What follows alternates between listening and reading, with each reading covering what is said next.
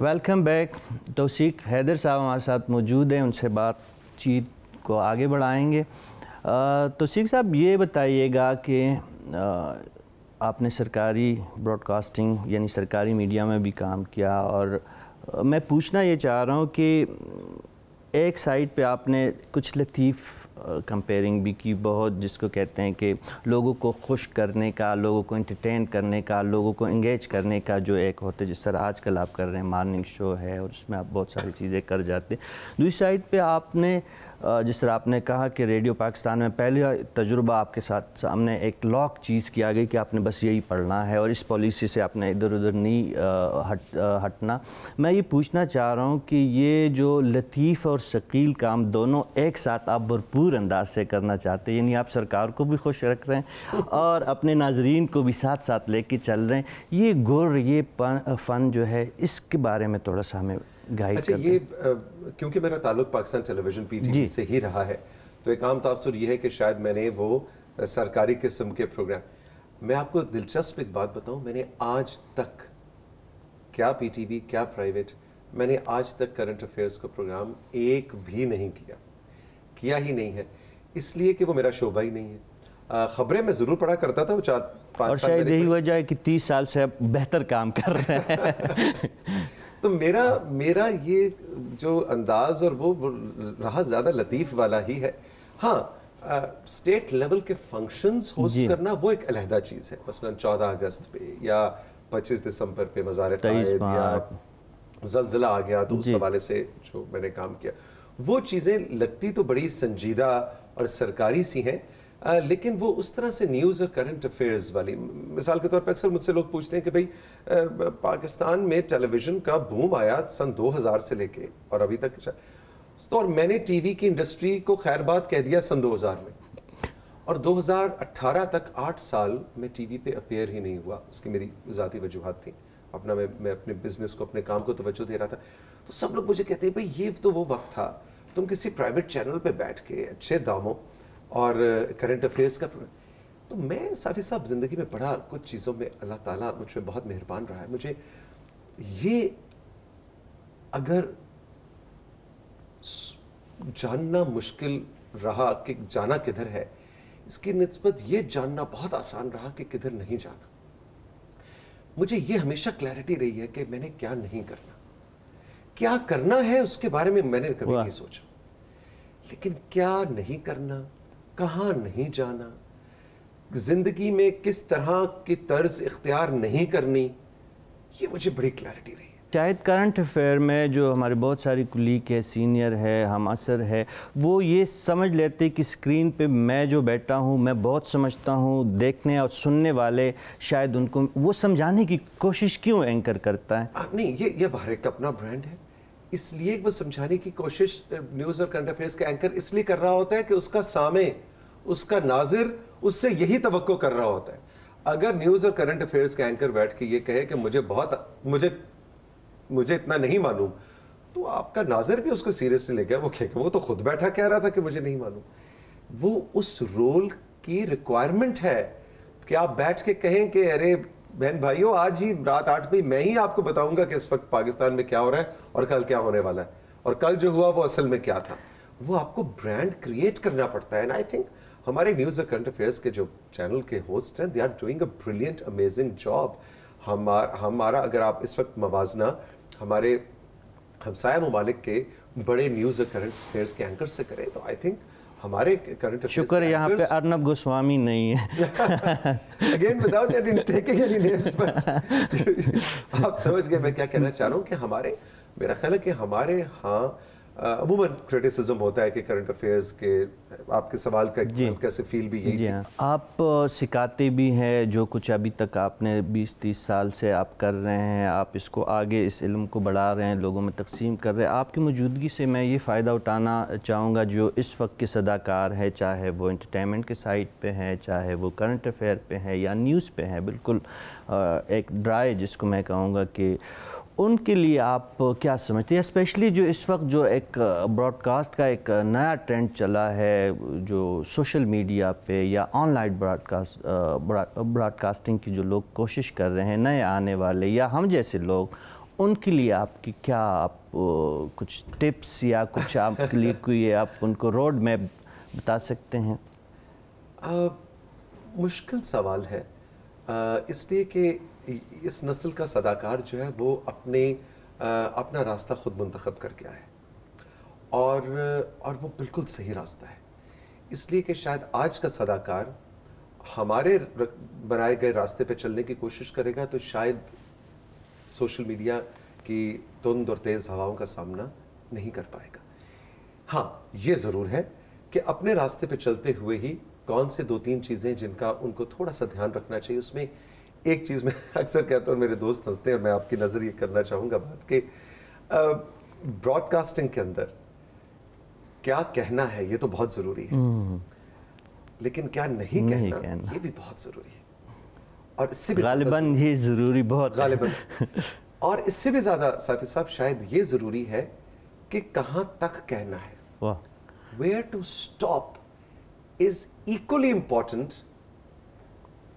then کہاں سے start کیا اور کہاں تک گئے اور کہاں چھوڑ دیا بات کو نا، وہ بہت ضروری ہے.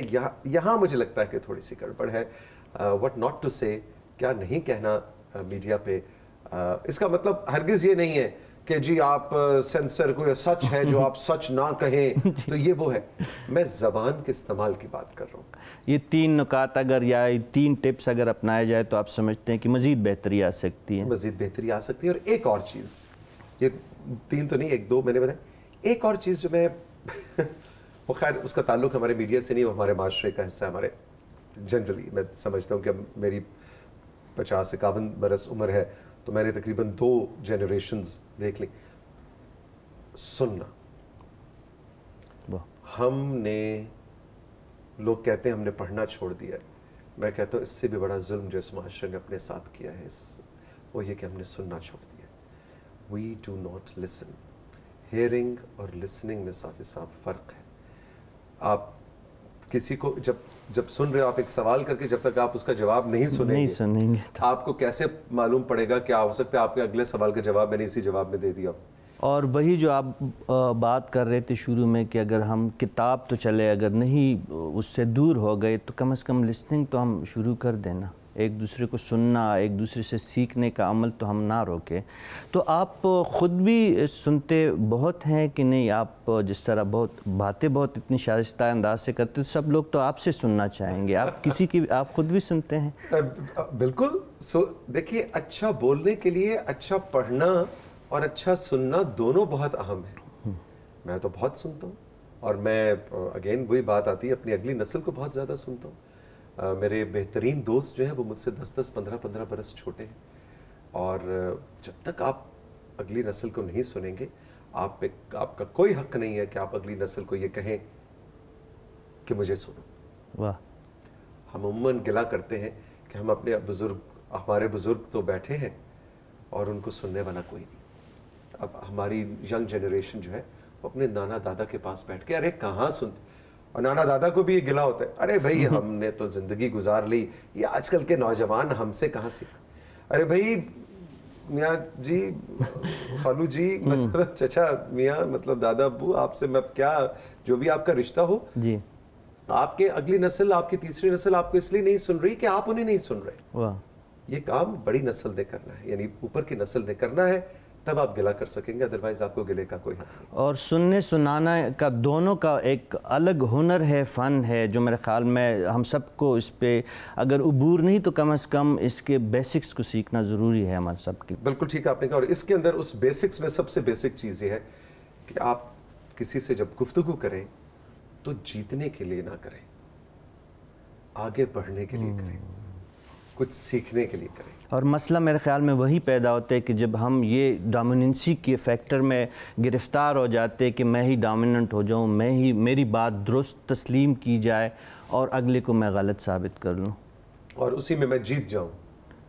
لیکن جیت ہار کا معیار بھی تو ہم نے گفتگو میں رکھ دیا نا. گفتگو میں جیت جانے کا لطف بہت ہے.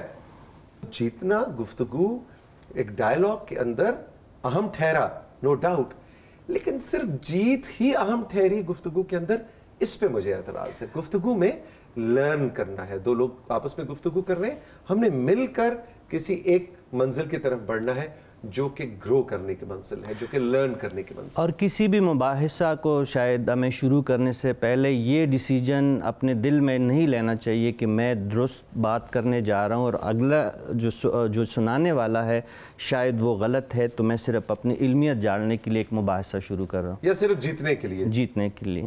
یہ مباحثہ آپ نے کمپیریزن تو جرنلزم کا یا کرنٹ افیئر کا وہ تو پڑوسی ملک کے ساتھ کر لیا, لیکن یہاں پہ شوبز کے حوالے سے بھی آپ کا واسطہ رہا ہے, وہ بھی جاننا چاہیں گے کہ آپ نے وہ بہت ایک اچانک وہاں پہ گئے بھی اور واپس بھی آئیں گے, وہ دوسرے سوال آپ کے سامنے رکھ لیں گے. لیکن یہ جاننا چاہوں گا کہ یہ تاثر درست ہے کہ جو پڑوسی ملک ہے ہندوستان, وہ ہم سے بہتر شوبز کر رہے ہیں, ہم سے بہتر ڈرامہ یا فلم, وہ ہم سے آگے, اگر ہم تصور کریں کہ وہ ہم سے آگے ہیں جو پرسپشن پہ بات کرتے ہیں, تو آپ سمجھتے ہیں کہ واقعی وہ اچھا کام کر رہے ہیں اور ہمارے ہاں اچھا کام نہیں ہو رہا؟ انڈیا میں جس وقت شوبز ہو رہا ہے, میرا خیال میں ہماری فلم, ہمارا ڈرامہ اس میں کسی بھی لحاظ سے کم نہیں ہے. ڈرامے میں تو میرا خیال ہے, میں یقین سے کہہ سکتا ہوں کہ لوگ عموماً بات کرتے ہیں پاکستان ٹیلی ویژن پی ٹی وی کا گولڈن دور, وہ ہمارا ڈرامہ ان کہی, وارث اور یہ وہ, تنہائیاں اور جنگل اور آسمان تک دیوار اور کیا جی وہ, مطلب بے شمار ڈراموں کی ایک فہرست ہے. تو وہ ڈرامے اب نہیں بن رہے. میں کہتا ہوں بالکل ٹھیک بجا, وہ ڈرامے اب نہیں بن رہے.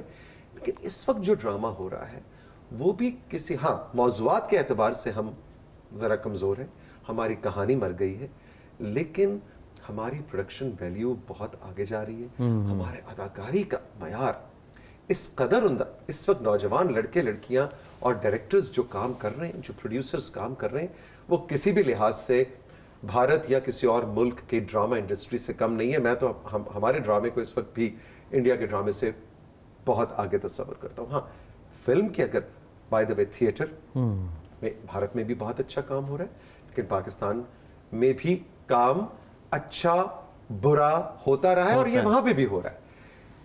جو فلم ہے نا جی, فلم کا ٹوٹل تعلق صافی صاحب پیسے سے.